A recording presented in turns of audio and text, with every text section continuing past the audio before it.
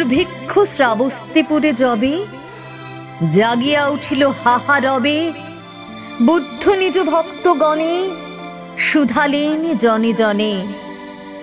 ক্ষুদিতেরে অন্নদান সেবা তোমরা লইবে বলো কেবা।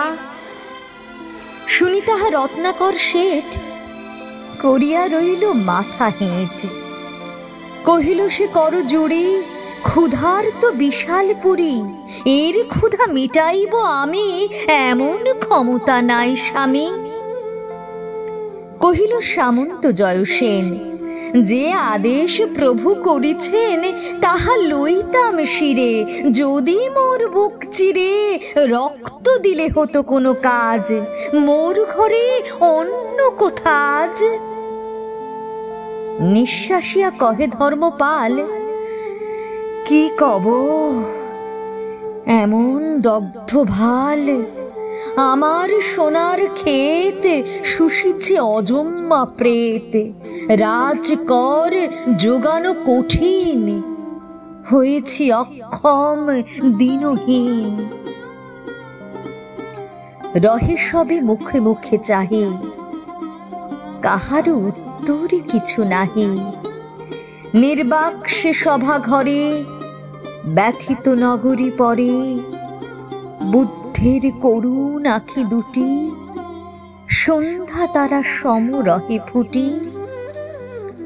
তখন উঠিল ধীরে ধীরে রক্ত ভাল রাজ নম্র শিরে, অনাথ পিণ্ডত সুতা বেদনায় অশ্রুপ্লুতা।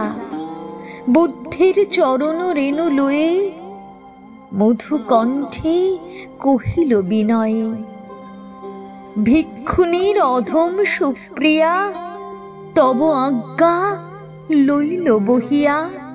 কাঁদে যারা খাদ্যহারা আমার সন্তান তারা, নগরীরে অন্ন বিলাবার আমি আজি লইলাম ভার।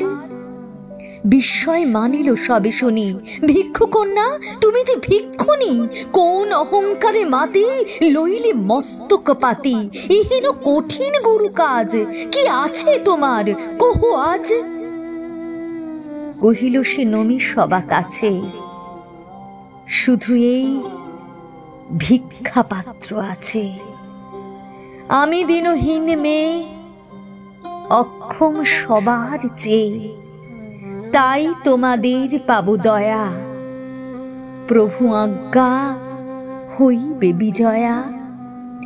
আমার ভাণ্ডার আছে ভরে তোমা সবাকার ঘরে ঘরে, তোমরা চাহিলে সবে এ পাত্র অক্ষয় হবে। ভিক্ষা অন্নে বাঁচাবো বসুধা, মেটাইব দুর্ভিক্ষের ক্ষুধা।